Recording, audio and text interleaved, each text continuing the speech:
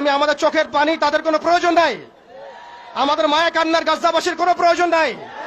গাজাবাসীর প্রয়োজন অর্থনৈতিক সাপোর্ট, গাজাবাসীর প্রয়োজন সামরিক সাপোর্ট, গাজাবাসীর প্রয়োজন এমন একটা জাইশ, এমন একটা ফোর্স যেটা বাহির থেকে গিয়ে বাইতুল মুকাদ্দাসকে উদ্ধার করবে ইনশাআল্লাহ।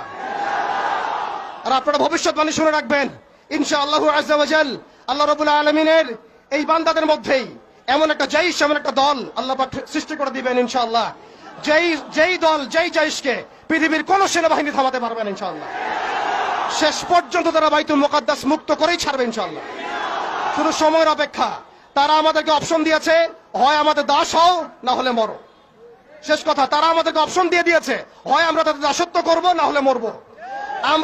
আমরাও বলে দিচ্ছি, আমরা দাসত্ব করব না, আমরা হয় শহীদ হব অথবা স্বাধীনতা ছিনিয়ে নিয়ে আসবো ইনশাআল্লাহ। হয় আমরা শহীদ হব না হলে স্বাধীনতা ছিনিয়ে নিয়ে আসবো ইনশাআল্লাহ।